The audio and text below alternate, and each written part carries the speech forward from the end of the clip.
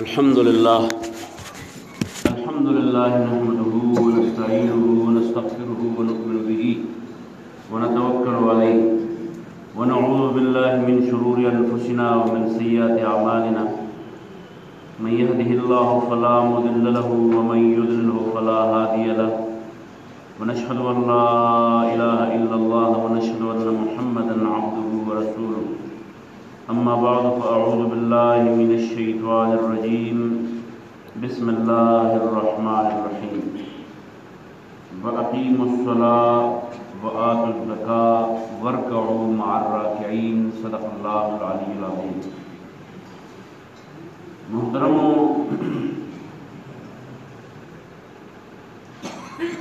مخکې ما خبره کړې وه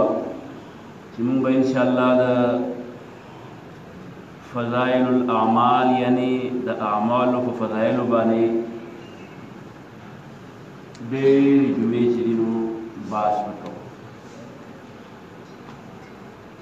نو په دې وجه باندې نن ما د اذان او د اودس په حوالې باندې د یو څو احادیثو پرنا کې ستاسو سره خبرې کولې دي. مونږ تاسو اودس کوو یوازې صرف ځان پاکو که د دې څه فواید ظاهري او دغه نور هم شته. دغه شان د اذان کوو نو دا اذان صرف هسې یو اواز دی که نه څه فواید یې شته. په دې سلسلې کې به د نبي پاک محمد رسول الله صلی الله علیه وسلم یو څو مبارک ارشادات واورو. د ټولو نه اولنۍ کومه خبره چې ده نو هغه ما آیت لوستی دی، ترجمه کېدي شي ډېرو ملګرو له ورځي. معنی یې داسې ده اقیموا الصلاة منځ قایم کړئ وآتوا الزکاة او زکات ادا کړئ ورکړئ او چې منځ کوئ نو ورکعوا مع الراکعین رکوع ده نور رکوع کوونکو سره یو ځای کوئ. په دې باندې د تېرې نه تېره جمعه موږ بحث هم کړی. ما څنګه تاسو ته ووایي چې زه نن دوه یا درې ټایم کم دی غالبا چې یوه یا دوه به وشي د دې اعمالو یو څو فضیلتونه بیانوم. یو په دې کې دی اودس. د ټولو نه اول دا یوه خبره واوره چې د اودس دا فضایل زه بیانوم نو د دې اودس هغه اودس چې وروسته پې د خیر کار ګوری وشي. بعضې سړی ټول عمر په اودس کې ګرځي، مثلا غسل وکړي، شوګر یې نه وي، اودس اړولی د مازدیګر د سهار په اودس باندې د مازدیګر لمونځ هم کولی شي، ماښام هم کولی شي. شته داسې خلک خو په هغې باندې وروسته څه کار ونه کړي د نیکۍ نو دغه اودس نه دی، دغه تش ستا دی لاس ووینځه. څنګه چې دا اوس په کورونا کې خلک وایي هر 20 منټ دی که 16 منټه بعد وایي سپینګ مینځئ او خوله وینځئ او لاس وینځئ او صابون پې وهئ او دا شیزونه سینیټایز ویټایز چې دي نو دا ورباندې ولګوئ. د دې حیثیت بیا دغه شانې دی، بس یو تدبیر دی ځان دې صفا کو. اودس نه دی، اودس هغه اودس دی. دا یوه مسله ده چې سړی اودس وکړي او د اودس نه وروسته په دې باندې یا عبادت وکړي لمونځ تحیت الوضو یا پې فرض لمونځ کوي یا د دې نه علاوه ځان له تلاوت وکړي او یا چې هېڅ هم ونه کړي نو چې کم از کم د اودس نه وروسته ځان له پاکدجان ورته درېیمه کلمه ورته وایي. دا ځان له کلمه نه ده سبحان الله الحمدلله لا اله الا الله والله اکبر دغه شان لا حول ولا قوة الا بالله یا په یاد ورته صورت یاد دی چې دا ورباندې ووایي نو هغه خپل اودس ورباندې قیمتي کړي. بیا د اودس فضایل علی نو د دې وجې نه د اودس د فضایلو دا دوه حدیثونه دي. حضرت ابو هریره رضی الله عنه د پیغمبر علیه السلام خاص شاګرد دی. هغه فرمایي چې دې امت له الله تعالی د دې اودس په صورت کې داسې یو نعمت یې پې کړی دی، داسې یو احسان یې پې کړی دی چې صرف د دې اودس په وجه باندې د اودس کوونکي ته دا فضایل دغه میلاویږي. کم کم مثلا پیغمبر علیه السلام فرمایي کله چې یو مسلمان بنده اودس او دې د خپل مخ ووینځي نو د دې مخ د وینځلو مطلب دا دی چې دا مخ مې پاک شو. نو مخ د څه نه پاک شو؟ په مخ کې سترګې دې لیدل کوي، په مخ کې پوزه د پی کول کوي، په مخ کې ژبه د خبرې کول کوي. نو د دې مخ دا کم دغه چې دي دا اندامونه د دې نه چې کم واړه ګناهونه شوي الله تعالی ورته دا معاف. نو د دې مخ انځل یوازې دا نه دي چې مخ یې پاک کړو، مخ یې ووینځو مخې د ګناهونو نه پاک او په دې مخ کې څه دي لیدل دي بي کول دي اورېدل دي او بل څه دی ویل دي ټیسټ دی دا ټول پکې ورته معاف شو یو دویم رسول الله صلی الله علیه وسلم ورپسې فرمایي چې کم ګناه ته په سترګو کتلې دي په سترګو یې کتلې دي سترګو باندې کمزوري شوې ده محرماتو ته کتلې د سترګو خطاونه ورته معاف شي په غوږونو باندې ساورېدل کړي دي په وجه باندې هغه ورته معاف شي خو کله چې دا اودس ختمېږي الله تعالی د دغه ګناهونو د لرې کولو فیصله کړي الله دې زموږ د قسم قبول شوي عبادت قبول ومني بیا چې کله سړی لاس وینځي د مټو پورې مونږ وایي مټ به لاس وینځل دویم فرض خلک مټو پورې لاس څنګهلو پورې مټ وینځل نو چې کله سړی خپل لاسونه ووینځي نو د لاسو په ذریعه چې د کوم ګناهونه کړي ما درته مخکې وویل ګناهونو کې قسمونه دي څه ګناهونه داسې دي چې هغې کې پردی حق والی شوي نو هغه د الله تعالی او د هغه انسان په منځ کې معامله ده چې په هغه باندې په څه طریقه معاف کوي معاف به یې کړي خو د حق نه علاوه چې کوم ګناهونه دي د الله په حق کې کمزوري شوي نو هغه الله تعالی ورته معاف الله ورته هغه معاف د څه په د کوم ځای په وینځلو باندې د لاس یعنې د مټو د څنګلو پورې وینځلو په ذریعه باندې او بیا پیغمبر علیه السلام وفرمایل چې یوازې د مټو په ذریعه باندې ګناهونه نه د مټو کې یعنې د ګوتو چې څه نیولي که نه بطشتها په دې مټو چې څه نیولي راغېستلی پې کړي ورکولی پې کړي دا ورته الله معاف او کله چې سړی خپې ووینځي که نه خپې نو د دې خپو د وینځلو په ذریعه باندې چې په دې خپو سړي کوم طرف ته غلط قدم اخیستی ګناه طرف ته ورباندې تللی نو د دې خپو هغه ګناهونه دته د دې په ذریعه باندې معاف شي ګوره یو اصول کارونه کولو په اودس کې څو فرضو یاد دي څو څلور نمبر ایک مخ وینځل د هغې په ذریعه د مخ ګناهونه معاف شو نمبر دو سو مټ وینځل د مټو په ذریعه باندې کوم ګناهونه معاف شو کوم چې د لاسو سره متعلق درېیم د سر مسه ده د سر په مسه باندې څه شی دي د دماغو هغه سوچونه او فکرونه منصوبې چې عملي شوي نه دي هغه ورته الله معاف او څلورم چې خپې وینځل د دې په ذریعه ورته د خپو هغه ګناهونه الله تعالی معاف کړي نو دا صرف د اودس صرف د لاس او خپو وینځل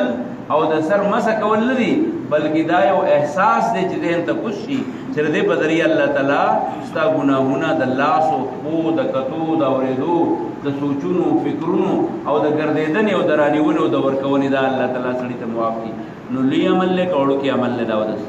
ډېر لوی عمل دی نو په ښه شان باندې کول دي پیغمبر علیه السلام فرمایي چا چې اودس وکړو او ښایسته اودس یې وکړو ښایسته اودس یې وکړو بیا جومات ته روان شو هر قدم چې اخلي الله تعالی ورته د هر قدم د اخیستو په نتیجې کې یوه ګناه معاف کوي او اوله درجه بلنده کوي یاده شو خبره دویمه خبره رسول الله صلی الله علیه وسلم د اودس په حوالې باندې بیانوي فرمایي هلکه داسې یو کار درته ونه ښیمه چې د هغې په ذریعه الله تعالی دا ګناهونه ډیلیټ کوي محوه معنی ده مسحه محوه ډیلیټ کول فارمیټ کول دې ته څه وایي دې ته دغه ورته وایي امحا ورته وایي امحاء الذنوب د ګناهونو جاړو کول جاړن کول ختمول نو خلکو وایي چې دا خو پکار ده چې موږ ته وویلی شي نو رسول الله صلی الله علیه وسلم ورته دوه پایدې ویلې دا اودس یوه پایدې دا ده چې د دې په ذریعه دا مخکې چې څنګه ووایي ګناهونه سړي ته معاف شي خو دویم دا چې الله تعالی د دې په ذریعه باندې یرفع الدرجات د دې په ذریعه الله تعالی د سړي درجې بلندوي دا اودس کوونکو درجات ور باندې بلندوي نو یو پکې د ګناهونو د معافي شوه دویم پکې شو د درجاتو بلندۍ شوه یعنې د کردار ښکلا شوه نو ملګرو ورته ویې د الله پیغمبر دا خو راته زر زر ووایه چې دا کوم کار دی چې د سړي ګناهونه معاف کوي او درجات یې بلند کوي نو رسول الله صلی الله علیه وسلم ته وفرمایل اسباغ الوضوء علی المکاره کله کله سړي ته اودس کول ګراني حاجي اودس کول ګراني مثلا په اوړي کې په ګرمو اوبو په ژمي کې په یخو اوبو د بیمارۍ په حالت کې اوبه استعمالول دا ګران کاري نو د سخت حالت کې چې کله سړی اودس پوره وکړي پوره دی ته ورسوي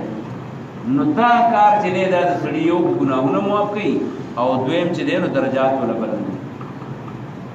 او دویم کار دا دی وکثرت الخطا الى المساجد سړی چې جومات ته ډېر قدمونه کوي ډېر قدمونه دا هر قدم د یوې درجې د بلندۍ او د یوې ګناه د معافۍ سبب ګرځېږي نو چې ډېر قدمونه کېږي نو دا ډېر قدمونه جومات ته ایښودل دا ډېر زیاته فایده کوي ګناه هم معاف کوي درجات هم سړی له بلند کوي او درېیم کار یې ورته وکړو وانتظار الصلاة بعد الصلاة او بل یو مونځ وکړې که نه یو مونځ مطلب ته جومات ته راشي 2 رکعته نه پټو او بیا ناستې وي چې اوس به فرضو ته ناستې زمونږ په دې جوماتونو کې اکثر داسې خلک چې راشي وګوري چې څوک نه دي راغلي بس وایي دا به کله راځي ټک ټک ځان له خپل مونځو کې روان شي کور ته راشي دې تپوس یې کړه که ته خو مانځه کې نه یاره زه رالم خو څوک نه و نو ته رالې څوک نه و نو کښېنه خلکو بل ملګري ته انتظار وکړه که نه نو تادي ورباندې چې کور ته لاړ شي نو بس بیا خپې غځولي او مچان پې بنګېږي پروت په کور کې بیا ناست یا ټي وي ته ناست یا چې کوم دی فیسبوکونه ګوري او یا چې کوم دی نو چېرته ناولې ګوري او یا هسې د وړو سره انګړه بنګړه کوي ناست رسول الله صلی الله علیه وسلم فرمایل د یو منځ کولو نه وروسته د بل منځ په انتظار کې چې کوم ټیم تېرېږي دا د سړي د ګناهونو د بخشش سبب ګرځېږي او د راتلونکي درجات د سړي چې دی نو دا بلندوي نو څو کارونه شو اودس پوره کول دویم کم کارو ډېر قدمونه جومات ته ایښودل او درېیم کم کارو یاد شو د مونځ کې نه جومات کې د یو مانځه نه د بل مانځه پورې سبحان صاحب اواز راغی بیا چېرته رسېدي چاته کوشش نه راځي د یو مانځه نه وروسته بل مونځ انتظار کول دې دا رسول الله صلی الله علیه وسلم فرمایل دې ته وایي دا داسې کار دی لکه سړی چې په میدان جنګ کې په مورچه کې ناست دی او ټوپک ورسره یې دشمن ته دقه شانې دا 3 واړه کارونه چې دي خصوصا د یو مانځه نه د بل مانځه پورې انتظار چې دی د یو مانځه نه دام کېدي چې د مازدیګر نه سړی د ماښام پورې انتظار وکړي دام ټیک ده خو د نفلو نه وروسته د فرضو انتظار دام شو دا رسول الله صلی الله علیه وسلم وایي دا د دین د پیرې په اړه کې ثوابونه لري نو الله دې زموږ دا عزایمو کارونه نصیب کړي درېیمه خبره د اودس په حوالې باندې دا واورئ چې د اودس په دوران کې څه ذکرونه مونږ داسې احادیثو کې نه وي خو داسې خال فاضي چې مونږ یې وایو اکثر په دې دعاګانو د یو سپین ږیری سړی و مشر و هغه اودس کوه ما هغه داسې پر اودس جوړولو کې یو دی نږدې ناست نو پټه پټه دعا کوله اوس ما ته پته نه لګي چې دا بې له چا نه یاده کړې وه په دې اودس کوي یا الله ته زما نه راضي شي اودس یې رانه راضي شي چې بیا رانه چرته هم خفه مه شي اوس ما ته خو دا دعا نه ده یاده چې دا په کوم ځای کې راغلي وو خو د هغه سړي هغه الفاظ مې ډېر زیات خوښ نو چې زما خوښ شو نو اوس د الله تعالی به خوښ شوي دي زما غوندې سړی چې هغه په خپله ذکر نه شي کولی او د بل یې داسې دعا واورېده نو چې په ما یې دونه اثر وکړو نو الله تعالی به وله بدلې نه ورکوي بهرحال خو زه دا نه یم چې دغه سنت دي دا دعا کوئ رسول الله صلی الله علیه وسلم فرمایي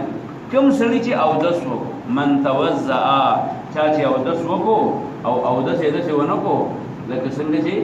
تاسو دلته کې دا کشران هلکاني دي یا چې د چا ته دي یا چې چا چېرته چاله ټیم ورکړی یا کاروباري دکان کې چېرته انتظار کوي نو زر زر چې ټک ټک او د بل سره خبرې هم کوي که موبایل ورسره یې موبایل یې غوږ ته نیولی خپیز یو لاس یو دغې ته اودس نه وایي دغې ته صرف هغه او زه دا نه ویم چې الله به ورله ثواب نه ورکوي د الله تعالی سره معامله د زما او سره څه کار دی خو قانوني طور دومره ده چې قانوني طور دغې ته اودس نه شي ویلی دغه بس مخې وینځو لاس یې وینځو وینځل شو خو هغه کوم چې د فضیلت والا اودس یا غسل یا نه دی رسول الله صلی الله علیه وسلم ورسره ټکې وایي په احسن وضوءه او دا خپل اودس یې ښایسته وکړو خپل اودس یې ښایسته وکړو ښایسته اودس کې دام دي چې 3 ځلې ووینځو مسواک یې پکې وکړو دغه شان که پوزه ایندي نو چې هغې کې ښه باقاعده استنشاق پکې وکړي دغه شان یې که لاس ایندي نو چې په هغې باندې لاس راکاږي ورباندې چې د اوبه یې پوستکي ته ورځي دې ته ښایسته اودس ورکوي اودس یې ښایسته وکړو او بیا د هغې نه وروسته د الله د توحید د عقیدې اقرار وکړو نو رسول الله صلی الله علیه وسلم فرمایي چې د دې سړي دپاره د جنت دروازې کولاو شي د جنت دروازې ورته کولاو شي چې دی څنګه وردي دی 8 دروازې دي د جنت او چې دی په کومه دروازه وردي ټولې ورته کولاو دي د دې مطلب دا نه دی چې که نه یو دروازه باندې به دی وننوځي مطلب دا دی دی ته کنایه ورته وایي دا کنایه ده د دې نه چې د داسې عمل وکړو داسې ښایسته عمل چې دی جنت ته د ننوتو په لار روان دی که وروسته ځان خراب نه کړو وروسته ځان خراب نه کړو نو داسې عمل یې وکړو چې دا نه د جنت مستحق دا کوم دغه دی دا یو دعا ده یو ذکر دی را ذکر یاد کړي تاسو چاته یاد دي نو هغه ورسره لږ بیا لاس وړه چې ما ته پته ولګي چاته یاد دي نو چې که دویم ځل اشهدو ووایه را سره الله اله إلا الله وحده لا شريك له وأن محمدا